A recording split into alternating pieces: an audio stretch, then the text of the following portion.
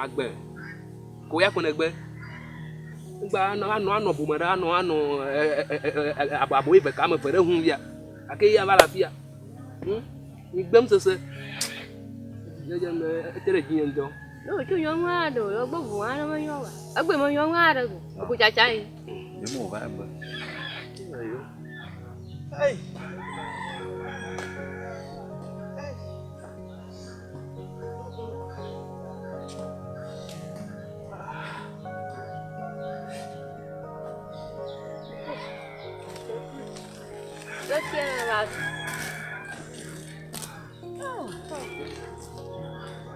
Tiene.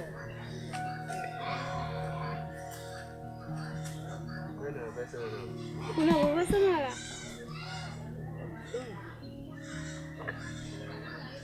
¿Qué año no?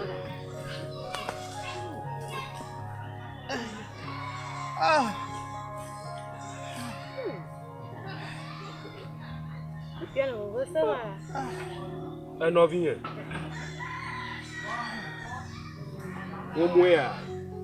Capo. Até onde você?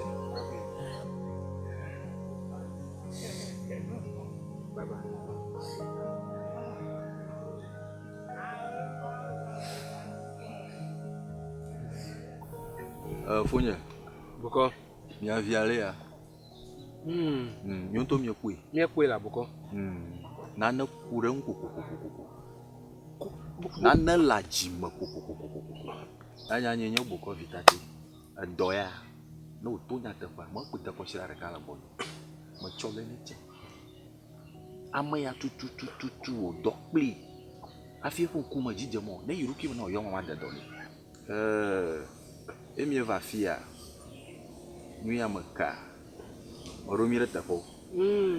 Mon maka ko benga basa. La lo sofuma. Ayo velia tonton kolia bore nyenyon. Yo de. Non noa. Mais bien ha, moi nyo ha. Allah wedo. Sira ko. Oro ko na ma. Datu bi alo me ka. Acho. Lo sofu gbogbo ba ava ma dole. Ina bo zola. Da aje bo to nya tefe nya kiasa. Na nu ye vi afi o kepo le lo sofu na o mo nu odo. Anyala mo yin. Rojo. Lagba ino edo ya dan le po le lo sofu. Lagba ino mo soro mo. Mi sanya nwi. Lagba ino mo soro mo. No bi wa patayo ba fa pa ya re ya ba la na ro li bo yo. Oli boy yo ba au ba go la ba unga. Ye. O ba ka fa. We ka fa ka fa. Yo ka juya makania. Yo ka juya tu na lamba. Boleh lo sufu. Yo ba no la rag ba na langali. No rag ba na langali ya. O la ga ka mo go. Fia o rag ba na langali ya. Ba gbeke. O je bo wo. Ye. Boleh lo sufu ba ma ga vonta. Hare didi. Na hama di ko ma sha. Ya fa to me nyawe. Boko do lo ya. Alo ya. Ipo hadi. Mai wala gba, akpo na gba o. Fa lo sufu na gba. Akko na gba. Lo sufu na gba, akpo ya na kaka. Fa lo sufu na gba, akpo ya na gba o. Mai wala gba, akpo na gba he. Apa bro mi na wala gba o. Akpo to kwe kata kaka. Ni bro ma fa lo sufu.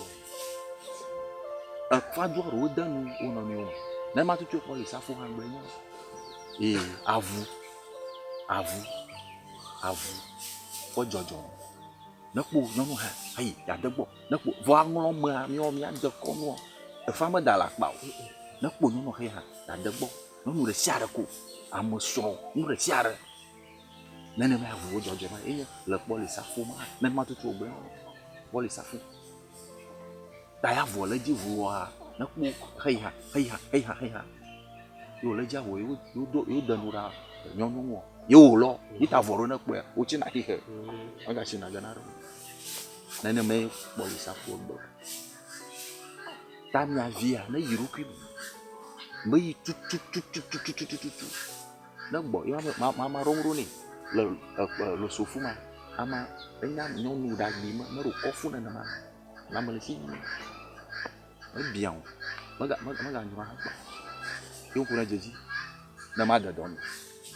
Na monyo agota chiga ba vu. Aya sama. Avali ama yo kafa ke lo sofu na re. Kafa ko chogba ya ma ga ru factory. Ma ga no da ha. Bia ha ma ga. Yo no lo sofu la. Jinu raka. Na ni yo o hia. Na mi awi ni mo to rato. Akere to ya ta ko. Na to ya ta. Na yiroki ma. Ta mi biegbe.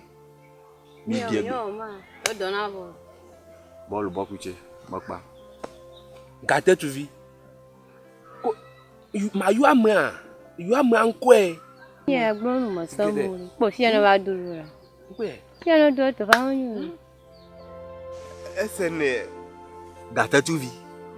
Makenya esene. Make onye.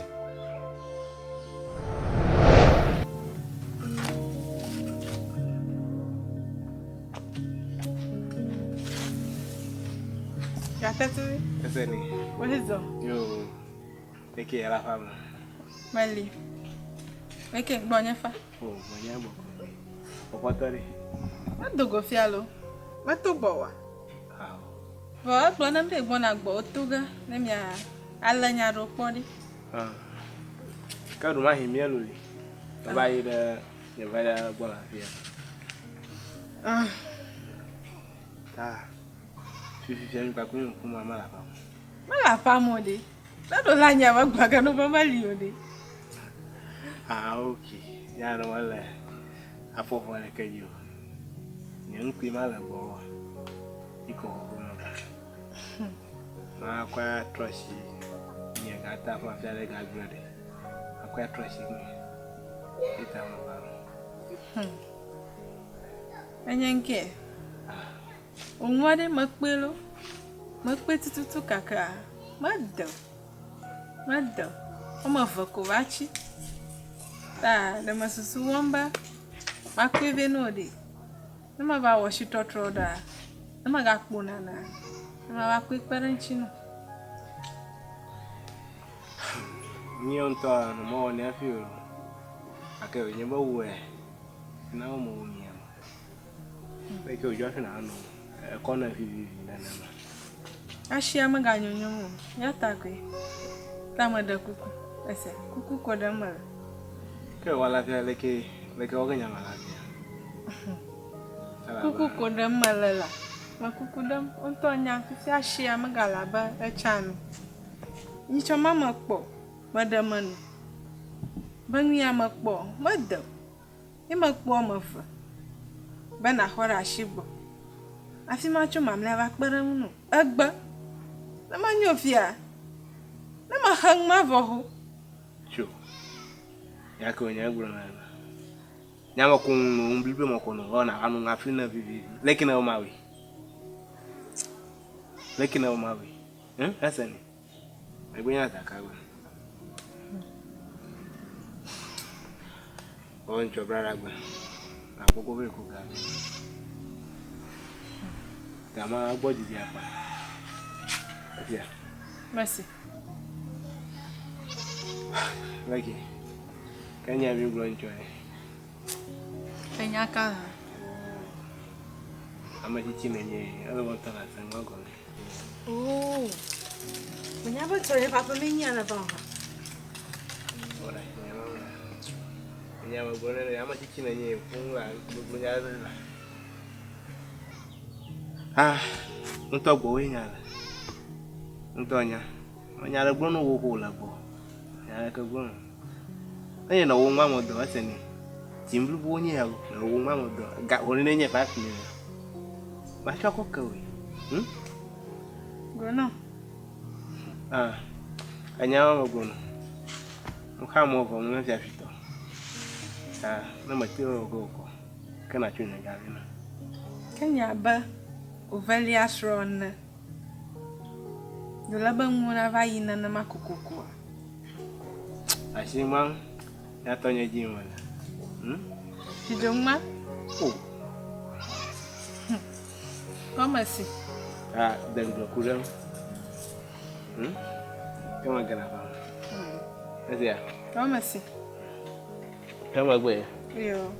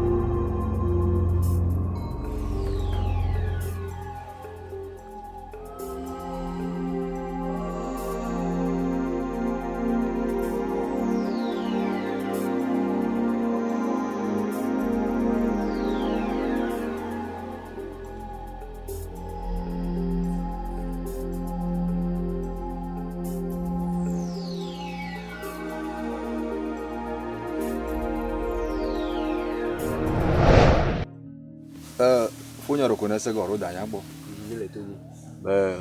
Mayu kata yo. Fama la ora mamora ka yi. Coba ova mare yon fia ba asani. Ke fia. Aja ba mia. Adofoni. Okay. Ta yo la fia. Yon to magara homo. Maku fa ko to ko. Na mia ko ra mka bla ga fala. Akbe. Ko akbe ka. Ya. Ta ni la fia mo bon. Ngoya ma mi unto mi po. Anyoma mi unto mi po yen to ha. Marca mo pon la plo no ya ba ru tu ya. Zon li bara baya ra. O mo zon. Zon li godon. Yeah. Yen ton yo velia. Asanya yen to yo velia kolia so. Na ku no hay ya garama. Na ku hay ya garama. O maru li fia na ma fu le shi lo bo ha. O ga ya ji ma mama. Na ma la ko to wo popo ma. O ya ji me. Ka fla na nyeba eviji amaro ji yo to ko ji ho ma la jira si ha. O ya ji me. Agbana no ka onye ya o. Yu ma le mi adanglo mo la fa yi ba ji. Iya ji o la ko keka. Adomi ma agbana. Adomi gblan. Senior Caboda. You might hear a go. Where I do me a glum. Do me a glum a ton of your hour ago. As only barabara. As only clico, but Thomas was only how. Where I do me a glum do me a glum. I'm a ton of your year ago. As only barabara. As only clico, but Thomas was only how. Where I overchi, a Tiana Bakai. Where I overkai, a Kana Bachi, do me a glum go do, Poliamaton of your girl ago. As only barabayao, as only clico, but Thomas was only out. Got to be much as only you. Yasini, I could do a dagon. You are Manasa. To Bajana Pomos one a jenny. No Pomoso, a jenny. Never had a son, I be young da. Kafla, Patrozu, a bone. I don't want what do you put here? What here? Meow, one of the village. Nepa. To Bajiko, and then you watch your team. Yagbajani.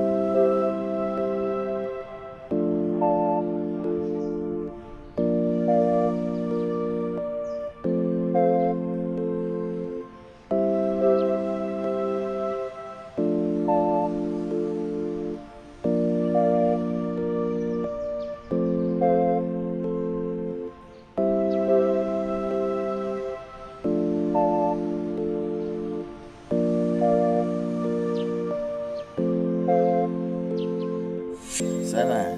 Papa. Alena wadi vinya roja jina mtolo. Papa. Alea kuna buna mawana kwa na jina na mai. Papa mkuu. Dawa ana mkula mawe. Pia alea na chichima nyomwa. Na chichima da balaga na ruku. Anyale nyomu lachi. Kasi donchira hatuma plo. Ngaba na toa manchia ogasa ya da kanchi o. O fachuma nako. Fine. Ekwe amako. Aha.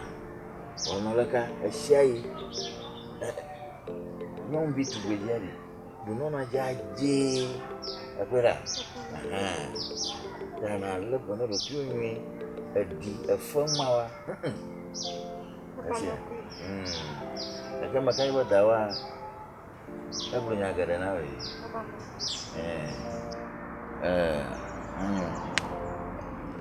Akpo abanyonwa na jiwa uva yimowa na no bona jogere jiu. Ale na le bana do kio plato makai ba dawo nyama mona. Nyamo kata anya to egbe na wa fian na ba chichim. Asia. Na nyanyon ko mmawa ala bono shimu.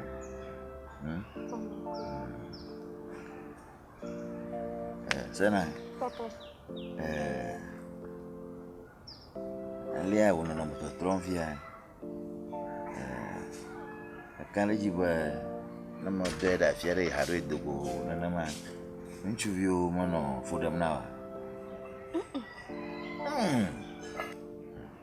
Nyama kakanda jara ko. Papa nyato poto mali. Da gbogbo ma nchuvio ara kama gogo e po. Ka ale ada ojiwa na nako na gala basa da bifia. Papa danya jiji kumala na kamo trongu ebe. Moto troma mo da manyao de. Nya gloma la sego manyoro. Ai da ojiwa no vijima. na tata vous kaka ba chichi ba do afia Papa. Makwe. Afu mala hatu mono. Etro. Gbogbo fia ba ntu fia kama gogo epo. Ado, ofa papa nche kwa no mno alaka. O mo yino gbo. Papa ma kama we na npo. O mo la lima ha no po alaka. Ke ma fi po ha o ma do siri po li po alaka. Papa ma kama wo na npo. Ado ba awo no alaka. O mo yino gbo. Papa ma kama we na npo. Ya de gbogbo na fia ba fia ila. Ntu fia da ka male popo. O bubo to ne. Bueno. Papa mo we na npo. Esena. Afima ho nyaji sala ba tomato. Papa. Ya suku ho me la fia. Enya fomo dudu po na. Fomo dudu po enya. Fomo dudu po Yo papa nya mo blana nya manya na ka kuran. Tana be wo dudu po na mafia ho jinyasa.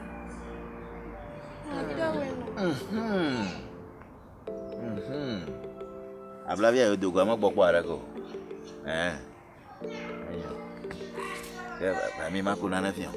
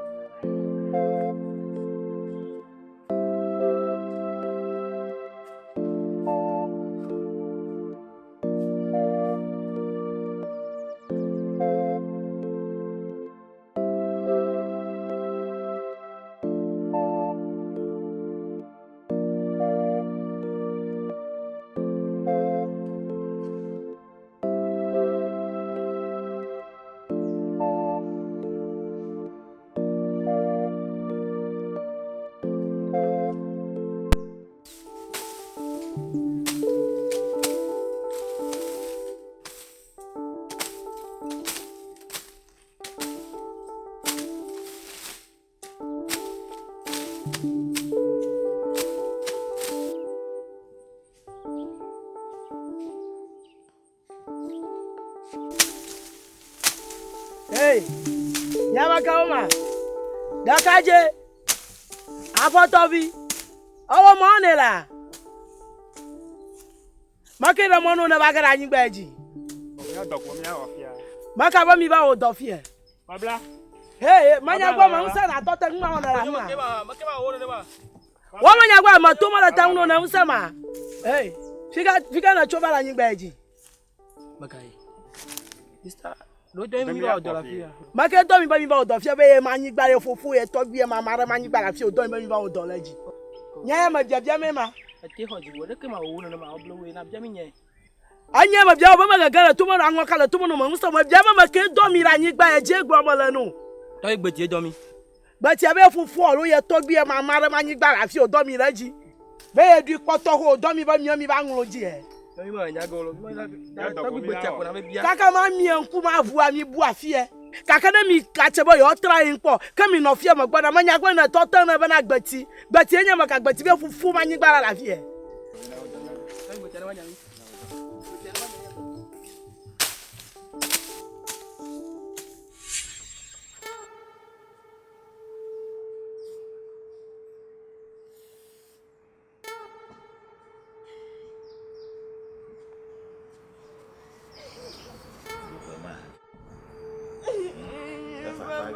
Lupo vena na ko na ma. Je gba te na ko no na ma. Nkavam. Oh, abla. Nkejo. Abla agbo. Se na ko be ye ma ngo ma chuga. Ye ba alele ha. Papa bede. Chuvi odo mwana kwa mba awo. Aha. Ubana ta ya wododo bona. Yo suku memile oba awa pamododo bon. Yankado. Yo mwana. Awo mwana. La. Aba lele chuga na ngo ma na ela. Ahonya ke ya papa nke na wo. Won to fi wo papa won to fi we na won ya na. Abla blu do ma pa. Du da gbogbo me won ya na sana. Aba lele chuga na ngo ma na ela. Alala doctor na nya. Abla do to la blu do ma. Ado to ba le ka. Mi na wo yo. Papa, me and no woman you. Oh, wrong don't pay no. Gado lu to ma pa. Abla va. Where's that? You like stand up and go there. Abla. My father quick bala ma for it.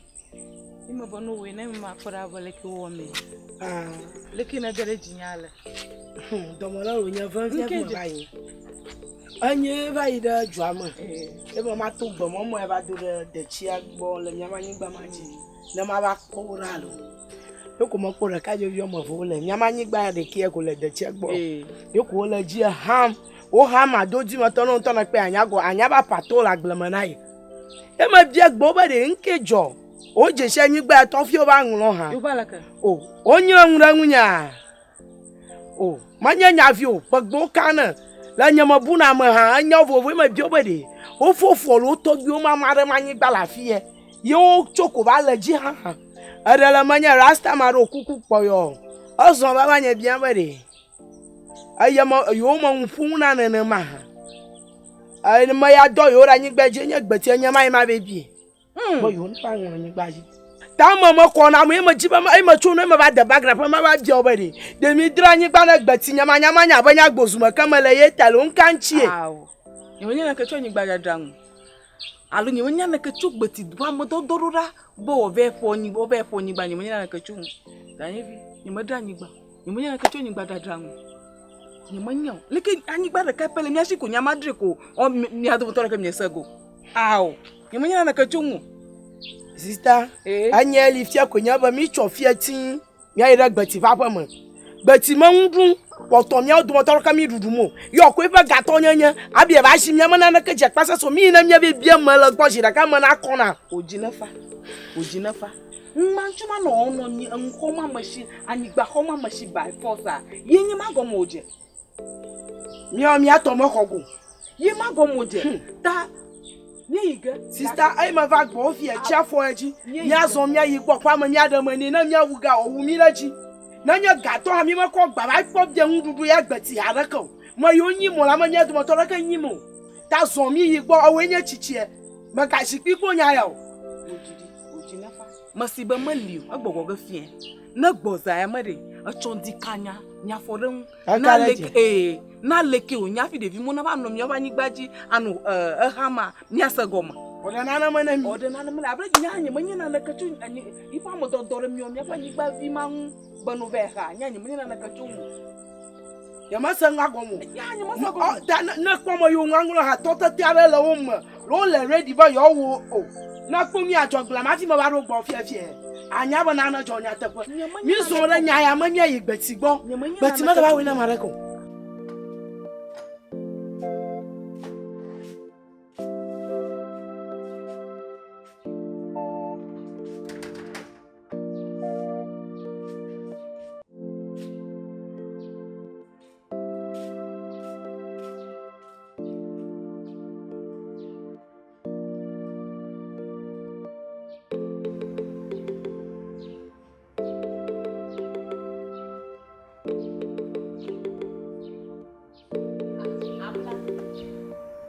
Tapi manya pomo magara apa mau manya pomo.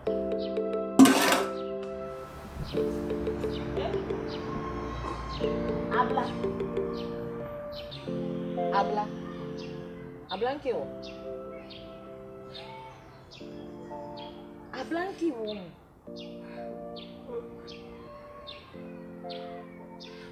Abang kablo yang masalah.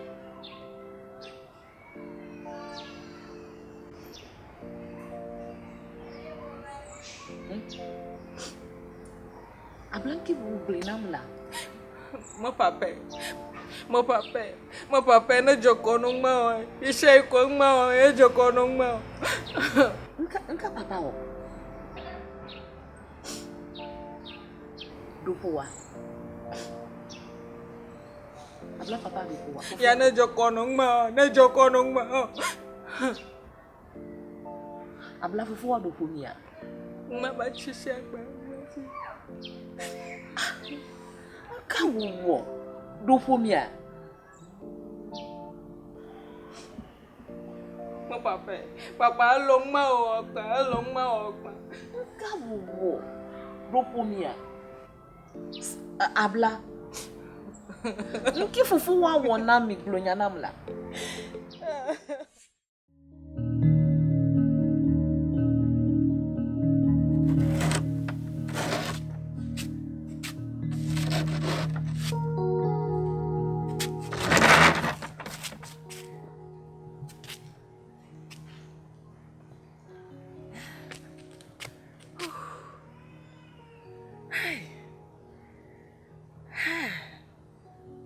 Sister pong yagba.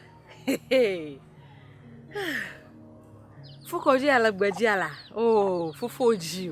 Hey. Hey, nye sister gbara ba mo amonyomu. Eh? Ibo junchu ya wu. Aho amada mo jiwu osuba. Do wala. Hey, nye sister gbara mo do mo. Nke nyom fi akwa fi ba nchu ya ma. Nchu ya la gbaji ala. Hey! Pourquoi faire le existe en toi vovon? Eh? Hey, mi a jojo ma ba ona. Hey, pas l'auto là. Ah, na chuba kwa du fun. Hey. Nyango mo ko bi akaka. Kuna chuba kwa ni wo. Hey. Nwa nyola. Hey, ma.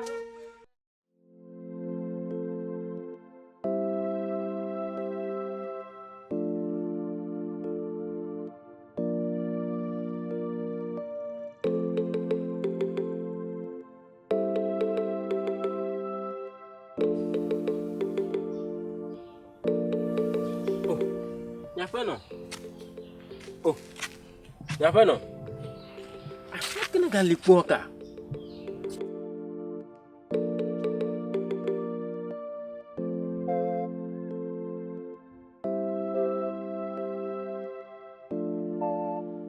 Nyapa no, bo magbono di. Afuna mo no tamo bumu. Kejo. Ihe amalala ka gata gbla ike fe. Ni to ha mo pom lo. Abo na ni la fuma mo ma vi dada. Ago. Como ga no tamo bumu. Oh, ago. Amai. Wezo. Oh, coisa assim.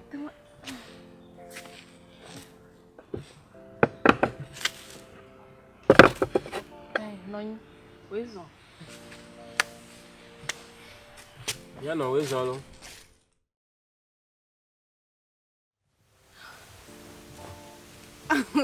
No, dala ba. Mi lang dodo daya wezo. Mana ochi. Oh. Ya no la que Alisa sira. Nyanya kra de mo no dradra ro makpo. Abutu ofie ya. Kaka wezo. Abla. Nka mna la vie. Soigner. Strong ade. Makojo ye. Kan na ponwe. Makojo ye o hia bo de dawa. Manye he.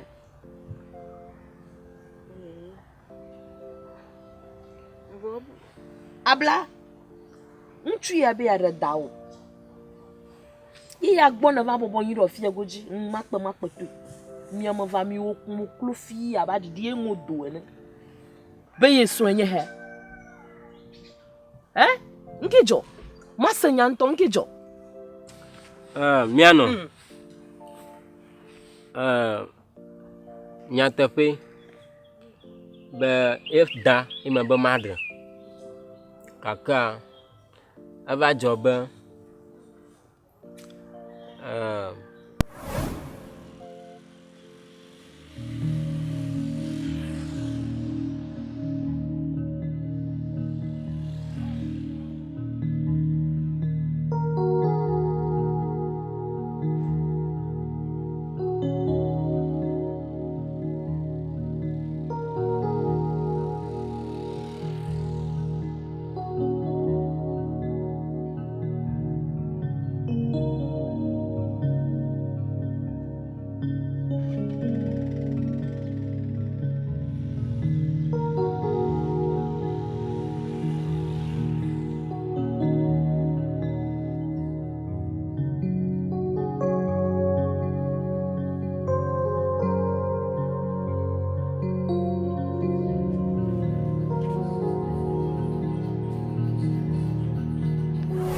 Yo, Efo Wezo. Ah, beso, chikato.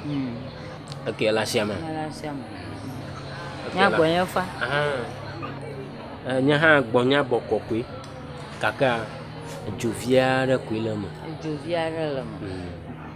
Enye ya ba nya valiara li. Nkeke ma ba do jarena. Ye konye ba magava wo mu. Na mba ma wo mu ba se gom. Ya ba mo kokwe ba gbara. Ma gbede de semu. Ma san crown. Ko va do jana ma nya ba hona. Ya ha ma yitaji. Ma busu chunganchi vu ma nya la kamawo. Ko nya ha ma ga gble na nya valiaro. Ko na ma nya ba doma o fiam chike drapa de la gbozumo. Bena ma yi ko ma chike kpoge ko ma yi chike drapa ko nya la kiristo ko ma fondia e ko ma yi da fima ma yi a o ba o nya te pe chike ma lipe gaga yo pa agbavo ta agbama le yo shu ko afi o no gbogbo na mbe na ma va bon ha ate apo a chike ma ko yo cho pa nomba na ima gbona ri ima va do boy ma de karajiwo ta ma gbo ba afo eji ma lenye ya Oh, akpa Wezo ha. moso Wezo kaka do ere mi wo ma sila shima. Da yo nya gbese ro ra fi ako. Nu ya o vele awo ma enu chochoga.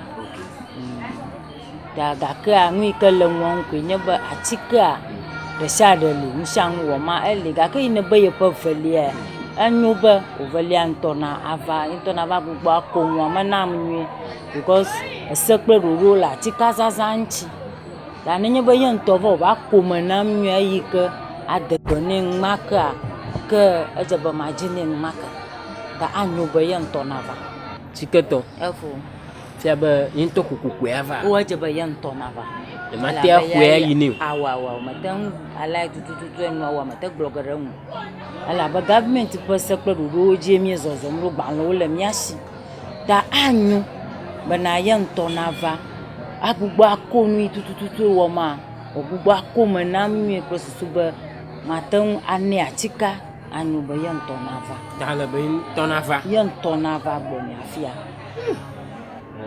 chiketo Efo nyantoure le kwe la fia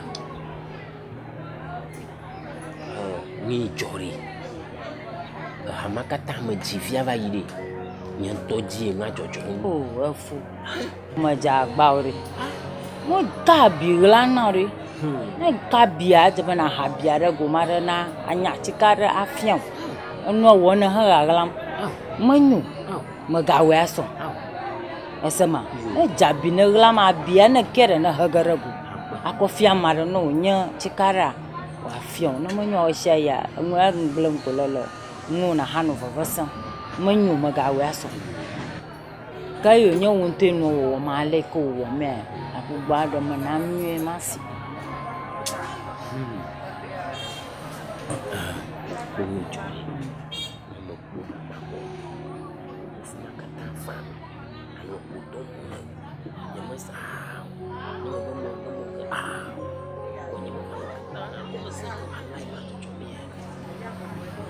oh ga ka ma ja gbagba kran o mu wo mnegla ayo wala fiari aforu ko karo le kamia zon oh atika ya aya nwi awo mko atika ya ali aw really okay kero ko machu ava ikwe ka akweva ko machu mai ma akwivi na ma de tatawani yesi ra ko machu ma va inava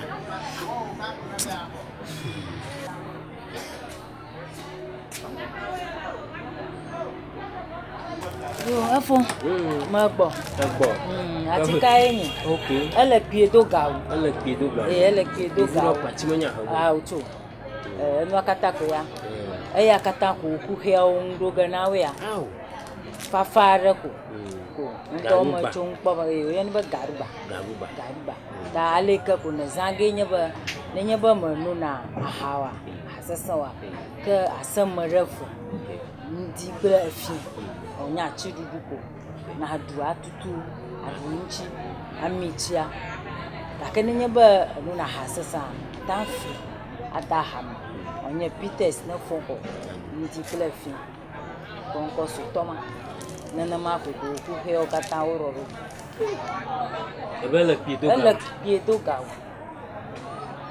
Chiketo. avugbe ba mala lulu Chivivimo. yo no onto baba ga varida se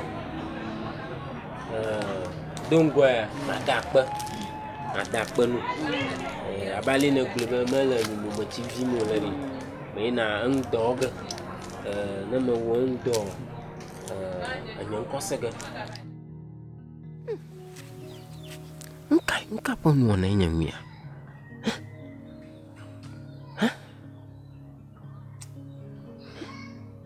Topaku nyemalinimu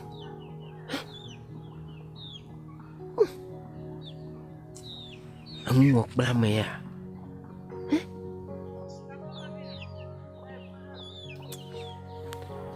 kenyelamanya lemala achia mauto suba chi adu wana tolu adu ye alinya la momen kekiama na udo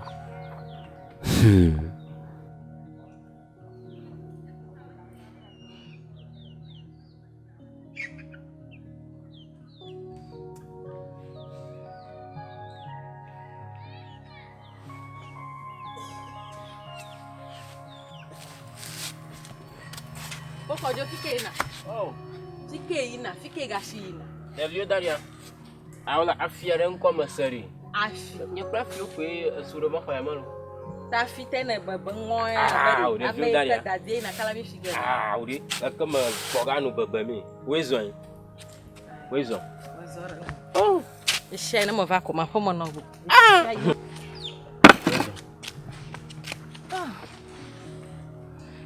Okay, wadu wezo anu hu. Agbadora mi mo gal. Agbe mo ba po ho mo.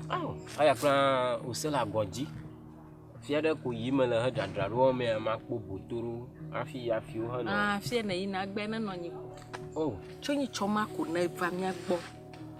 Mo yu nye sister va ko jige na la do, nkila jo ma da ka manyam. Ku na mazo ba pe manye makpo mu. Ni choro ma ba ofo pala mu mafu bo ya ka ji masan ko. Nka tu nyen ma. Fo Kordzo. Agbe ma ba se mo ji ba masanya te pa cho ntogbo. Devio dadia. Ni chomari. Ami ana jo. Nani le damata. Nyanto me gere ko mo kpo ba ko ali udu ko nya ba gba. Alaji. Ku ma la fuma ha jon. Sande ku ma ku atayiji ma kpo bajia ye ku maku jakpata gande la bajin Ke wom alinye devio daria nka kiama nyala mama ka ke fi akara mena vide o sister do ma ko makpo mo ru fi kanya na chu anu ko maklama Umebunga cibuka kama makwina maku. Yikwi ha adanya gemea. Fi madi. Imba aw. Fafala vuvu. Manyoko ikumakpo ba fresa la vuvu. Na chori yu chona fi me matu fresa dogo. Aya matuma. Yikwi ha adanya gemea. Abi akbaro ba. Fi madi. Yomba Nia, nana la miama. Ye ma joy. Tamanya ba nyantok ibu kare kemalasinyu. Wade Efo Kordzo. Boja patanya gliko nya tuna la na mafiesia. Nya makata bro. De ke nyom nya ko home amlo mila. Na ko glase boja patale home. Ye nyom mi pe. Gliko nya tuna la na. Time vasia ko de mi gera home. Na makpo ba nya tefe. Aye po adowom. Ahon la gbatonchi. Never jedejia. Nana kama jogo.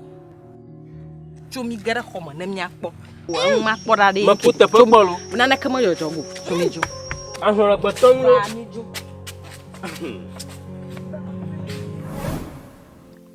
Miano. to ta fracture de dome magadu dia kona vo nu blibo kata nana konya ba dogo re nu kaka nya ha maruro be nya klopu nya ma mi ava kpomi mi awo tabiabia kple novia mawo edzo ya ho fio do fia ha etsoƒo aro fulesi ta edzo ha ho vime nya mi ra tadzi na mere wo ko he kpani ta me galina vevio mare keme no mokpokpo me ni hafio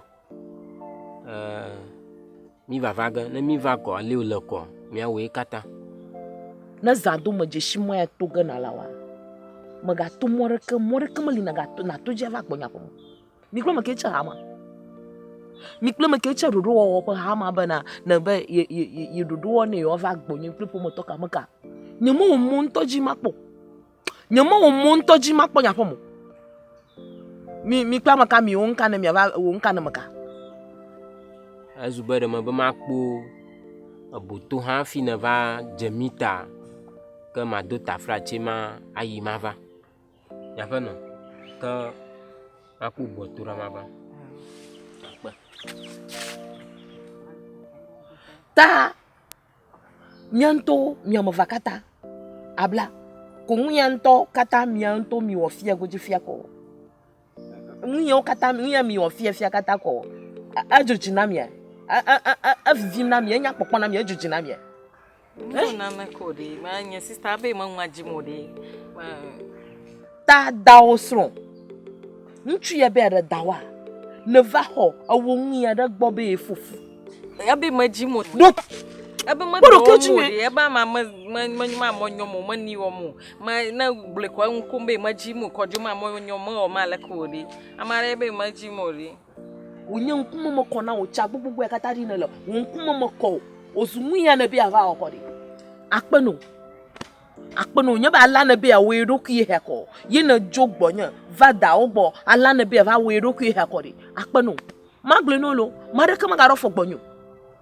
magakplo ntware kere fogbonyo na manya na mo ava de funu nye paklo na nke mo fufu afulashi nye ni mo ya do to reka ji mapam nke nye fo yo na afo nye ka nye makpomo maka na fufu ana ala fo nya ro gbofue na manya magakplo ma va do rogbonyo bebe de so nkpe na nwuma na wo ko nye mo ko chonyi le dusi aduma magakplo fe na gbede mi klu mi no fia ko jina mi akpo mi aroki obo ma choju ka ma no fia ko jina so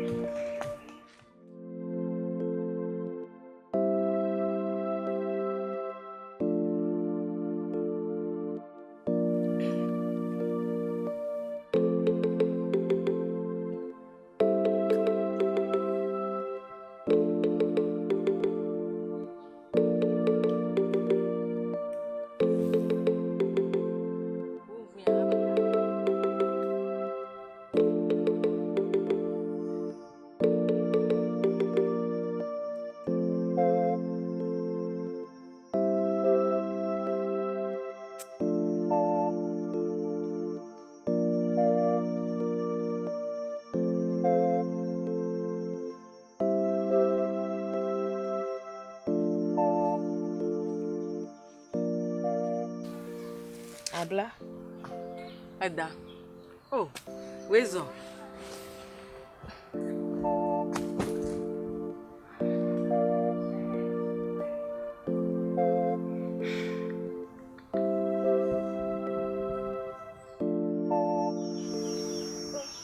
ada bagi anakora shire no joina Jojo achora ke na vamnya gbo dada ko jofi na jojo nkaba na ma Untonya ba na mo dogo ko mara kama gala fam abla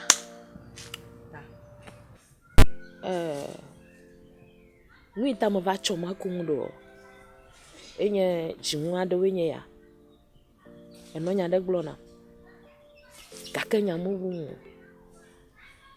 Aba vidada na nyama vovomo. Tamajiba ma samu tutututu nya fudam no. Nkijo. Ada nyama mata glogolo, nyama majiba ma fo chung chikra ita wo hwe nyama glena wo. Abla makeji. Dada bubu ada galashiwa. Anya lolode afia ijene ma nko iglone. Nyaka wo nyene na magbegbe. Yi wo lebe na globa yi majiba nyama sanya. Nyi choma modonku jiba yi manya bia moa. Papa ko yom nale papa ko yom nale. Mu tutu nya papa nyama samu. Ablanki jo. Dada nyama nya wo nya saseo. Dada nyama manya wo nya saseo. Dada nya na magle ejima na allergy lo. Ejima na allergy. Agle na masa. Agle na makuku ga makuku manya ba we wumi. Akwa nyama kan nyama ga glogori. Abla glunya na mo na maglunya no na kwa ka se ba allergy. Nya kenye ba allergy. Nya kenye ba dawo nya bia mo na ba allergy. Kama de ma na ba na ekwa nya wu ya nya maganya ka glogoro nya. Abla masi. Miejo, yamava miejo miedogole pekpo mo. Dogo gbonyo ko va bede nyan mo. Egbeti ma fi egoji. Fa le gbeti ma fi mi dogo chopo mama la gana nyan ma anyi ko yo mo. Fa le gbeti ma fi egoji. Onya mo bloga na mo. Ala mi gbo ho to me. Gbo ho wa to me stronyele. Yede. Mala fa ma ho yo ne. Abla nyakenye nyagle na masa. Okay, won't be asita nyana kwa manye nyewu, won't be asanya. Abla gle na mla. You might come over your 12 years. You might more 12 years.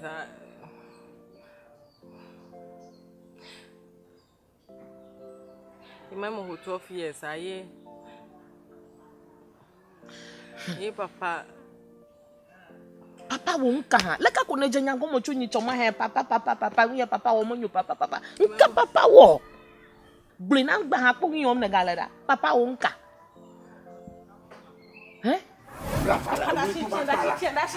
That's it. Do man gadole. Won to man wa de nyo. Ni man yin nogo. That's it. Man yin nogo. Abla, ni maji banya na dogoro ko do. Ma blog na dada papa. Won to nya on na la de nyo.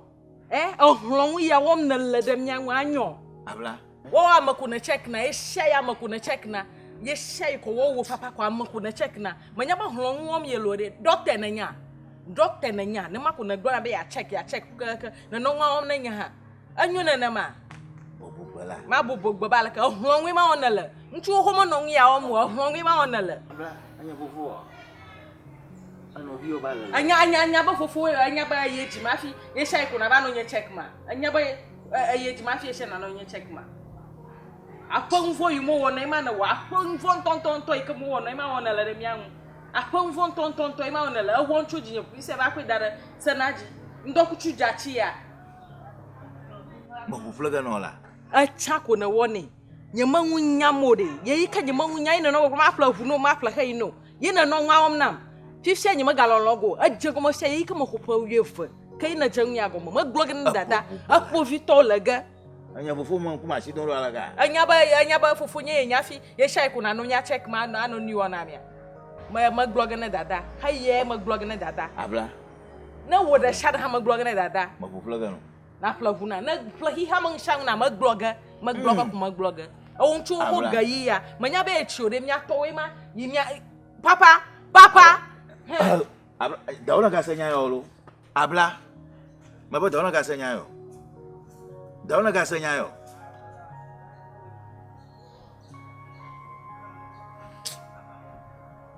Oh, ade. Oh, doglo. Oh. Ene mangwa baje ma itagba ma bazuko fe ama. Chila mo ba chiko fe ama dada.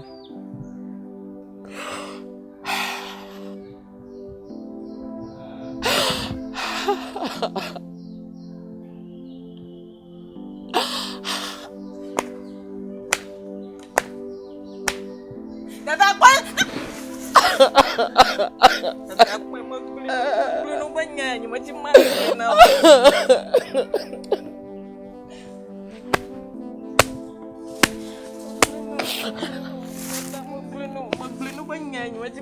now. Where?